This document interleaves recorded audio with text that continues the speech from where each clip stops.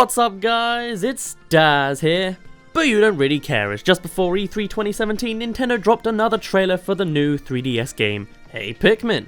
So let's have a look and see what there is to pick out from it. So before I begin, I do want to apologise for my voice. I am very much in between houses and I'm kind of got a new recording setup, but at the same time, I'm not even in my bedroom, so things are a little bit weird. The voice is going to sound weird. I'm sorry, it will change soon. Anyway, let's get on to the actual trailer, shall we?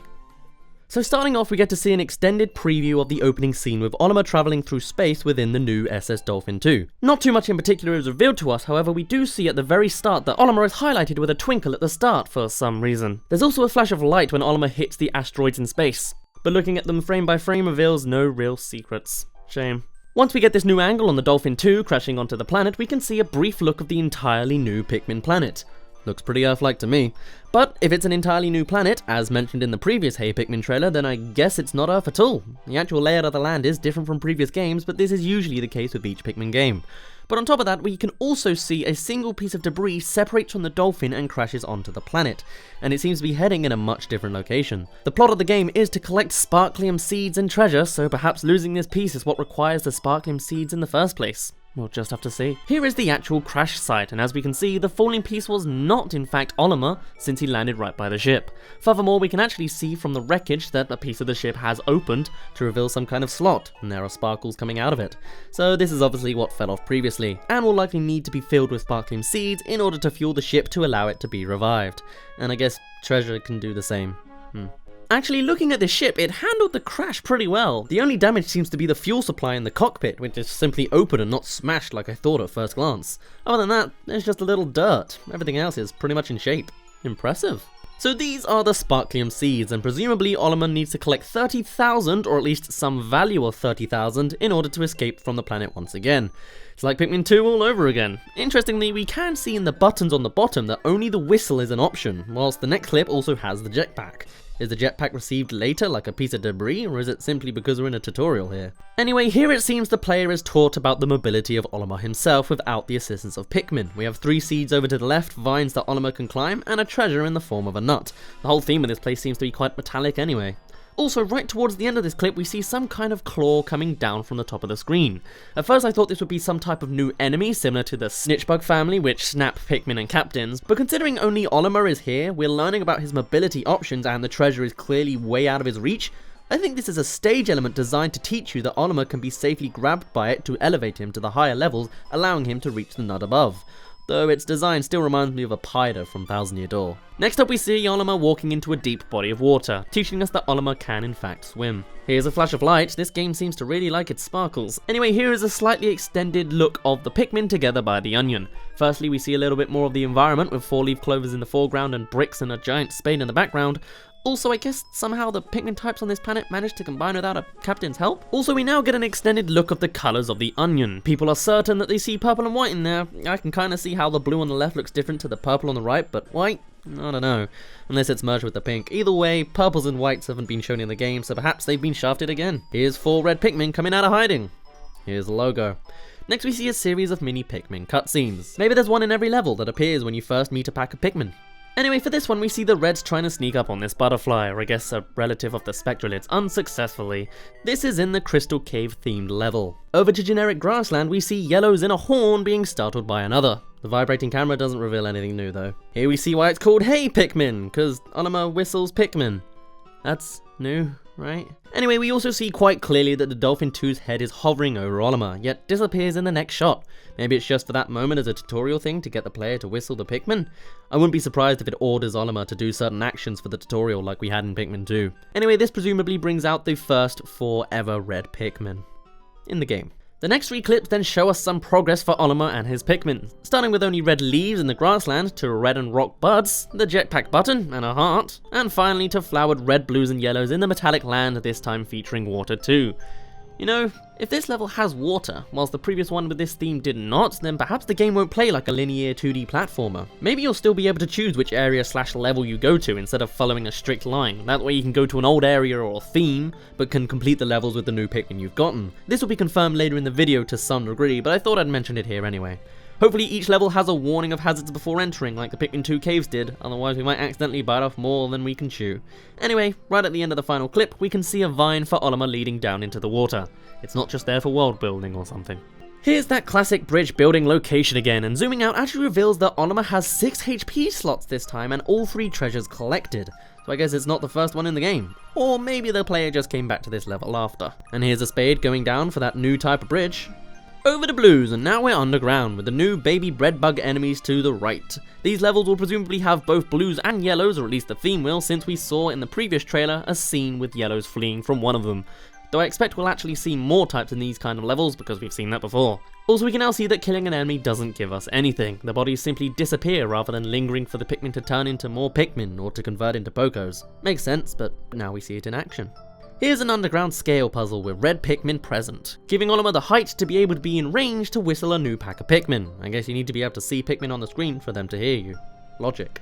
Here's a whole bunch of new things. Firstly, wing Pikmin shown in gameplay form. The area is also new with an autumn feel with pine cones and leaves everywhere, reminiscent of Twilight River and the Wistful Wild. And finally, a new type of blockade, a boulder. Used wing Pikmin to lift it, like a bamboo gate. Here's another demonstration with the Pikmin abilities, with a very sudden UI change. The display in the corner just appears in a single frame. Anyway, reds are fireproof and take out fire, blues can swim. By the way, the Pucker and Blinow now only take 1 hit, just like the baby bread bugs. Yellows are electric proof. Also, here's more of a look of those conductive slugs, and we're walking on those bluminous stemples, opened only by the light that the slugs are producing. They can also jump high, and again, Olimar has 6 HP slots and all 3 treasures. Either these 2 clips take place pretty close together, or the player once again has simply gone back to the levels to complete at the same time. Here's more entirely new gameplay. Again with the wings, Olimar can fly indefinitely, as is needed over this long stream of water. In this mode, Olimar can throw winged Pikmin, though they return like boomerangs. There's also a growing vine blocking access to a red sparklium seed. And there's more of that flying bug flower enemy, holding some seeds in the air, and a falling leaf keeping up that autumn feel, and connecting us with the last level. Down to Crystal Cave, the rock Pikmin can break crystal walls. Here's that clip with blues and the eel again. Yellows can also conduct electricity, which presumably in this case lifts the blockade in front of Olimar. Somehow. There's also non-type specific abilities for Pikmin, such as pushing objects like this obsidian block, being pushed by a frog-like dung beetle enemy, which is actually pretty cool to see and enforces the player to keep their Pikmin alive, as not having enough make the group too weak to progress. Olimar also helps for the first time in a Pikmin game ever. Here's that Bulbor boss fight again. And an Emperor Bulblax, revived from Pikmin 2 and much more grassy looking on their back. Only reds are here, so perhaps this boss is actually quite early. Here's a scene with blue Pikmin and Wollyhops. Presumably this new baby Wollyhop had a seed which the Pikmin stole, only to have the adult Wollyhop jump down. The Pikmin use a new fear expression we've never seen in a previous game too, but they still get the seed. Here's that new bird enemy munching on a Pikmin. And a fiery Bulblax! The Bulblax family is back again! Why does that excite me so much? This time, this one is much smaller than its Pikmin 2 equivalent. This is also the first time we see non-fire Pikmin in a fiery area. Though the fire ones are here, the player just doesn't have them on him. Whoops. Here's the underwater eel boss biting a crowd of Pikmin. Those that are close but are not in lethal range are simply knocked out of formation for a moment. Here's a treasure, bring it to Olimar and he'll collect it. It'll be taken to some kind of storage where its sparklium value will be noted and taken. How do I know it's sparklium? The Japanese characters match the 30,000 sparklium scene. Haha! So here's a mini montage of treasure, with a harmonica, a chip, a kendama, and a camera, which leads to reveal the newly revived Piklopedia. Hell yeah. And here we see a variety of other treasures that's been collected. A pearl ring, a sapphire ring, a chess piece, that I actually spelt with piece as in P-E-A-C-E, a pocket watch, a trophy, and a yo-yo. This screen also shows us that there are 3 more tabs for Pikmin, creatures, and Amiibo. And selecting a treasure gives us a 3D turning mode, the sparklium value, the size of a Pikmin for comparison, and a description or log about it. The camera also has a picture of the Pikmin. I wonder how many other secrets the treasures will have. Here's also a view of, I think, a clapper? And a celebratory scene, perhaps featured at the end of every level. This one's in a kind of metallic autumn area with reds, blues, and rocks. Here's another shot of the crash site. We can also now see the main 5 types of Pikmin. Maybe this is the clip that clearly has the white and purple colouring in the onion. It's not my argument. Here's a mini 3D scene of red Pikmin collecting grass? And sparklium seeds. This one may be one of the first moments in the game as the ship observes how the Pikmin are collecting seeds, and so may conclude that they should be used to collect even more. Here's another more complicated one, so maybe these are created after meeting and organising the Pikmin.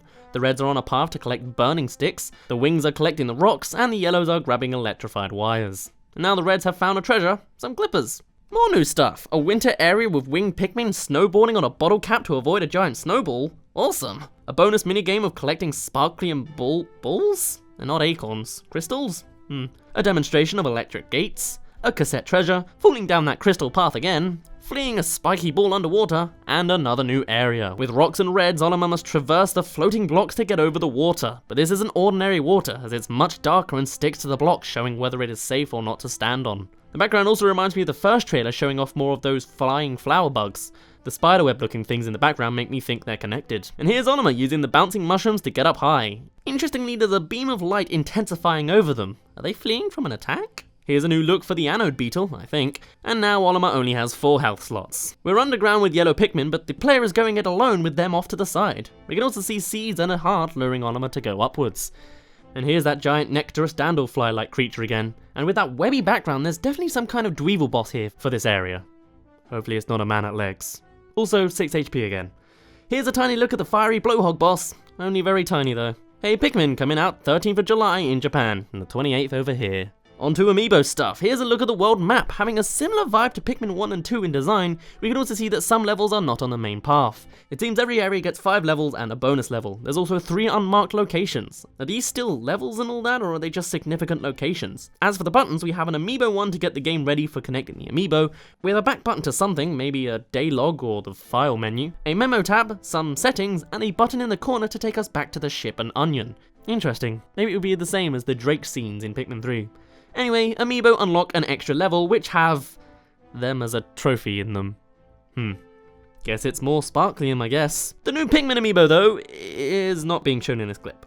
The Isabelle and Inkling Amiibo, though, gives it as a treasure. But it isn't such a simple design this time. You need winged Pikmin for it. So it seems each one spawns a different layout level. Okay, still don't look that exciting, but oh well. Here's a redesign of the baby bird creature, now in purple with hair. The guy must be somewhat harder, maybe more HP. The Pikmin Amiibo gives more Pikmin. Also, the bird corpse seems to linger. Maybe it just hasn't disappeared. I mean, the Pikmin aren't really reacting to it, but maybe this one is grabbable for something. Just a thought. The Pikmin Amiibo itself will be released the same day as Hey Pikmin, though it's once again on the 28th of July in the Western world. Ah well. Anyway, that is the entire trailer slowed and broken down. There are a lot of quick montages in there, so maybe you saw something you didn't before. Anyway, let's keep our fingers crossed for Pikmin on the Switch at E3 this year. I'm recording this the day before that presentation, so I guess I'm in the world of I don't know. Woo! Thanks for watching. But for now, mine has been Daz, you didn't really care, and I will see you in a bit.